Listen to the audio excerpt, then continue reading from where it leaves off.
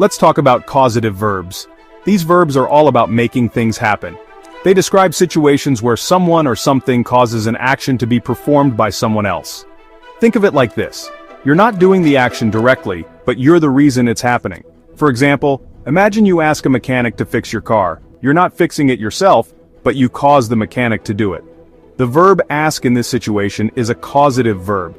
Causative verbs can be tricky because they often involve other people or things performing the action. But don't worry, once you understand the basic structures, you'll be able to use them like a pro. Let's dive into the two main types of causative structures, active and passive.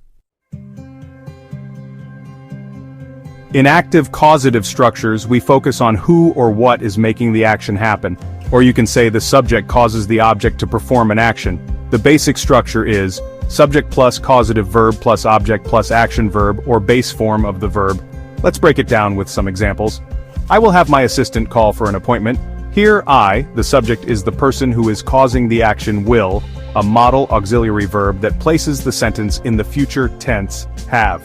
The causative verb in this sentence is indicating that the subject I is ensuring or arranging for someone else to perform an action. My assistant in the sentence is the object of the causative verb have that will perform action. Call the base form of the verb represents the action that the object is performing. For an appointment, that is the purpose or the reason for the action.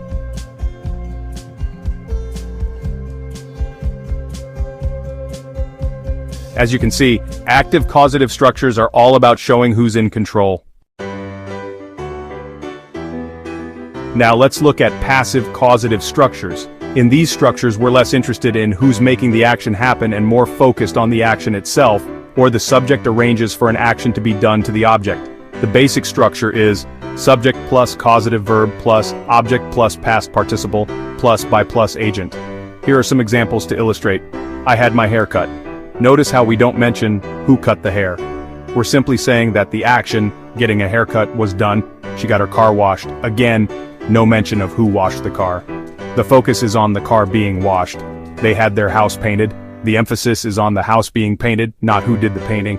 Passive causative structures are great for when you want to keep the focus on the action or when you don't know or don't need to mention who performed the action. So how can you tell the difference between active and passive causative structures? Look for the agent, the doer of the action. If the agent is clearly stated, it's likely an active causative structure.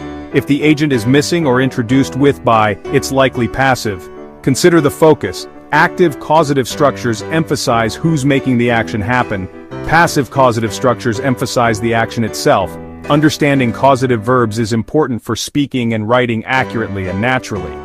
By mastering the active and passive forms, you'll be able to express a wide range of ideas about causing and influencing actions. Keep practicing and you'll be using causative verbs like a pro in no time. Thank you so much. Stay tuned for more videos. Allah.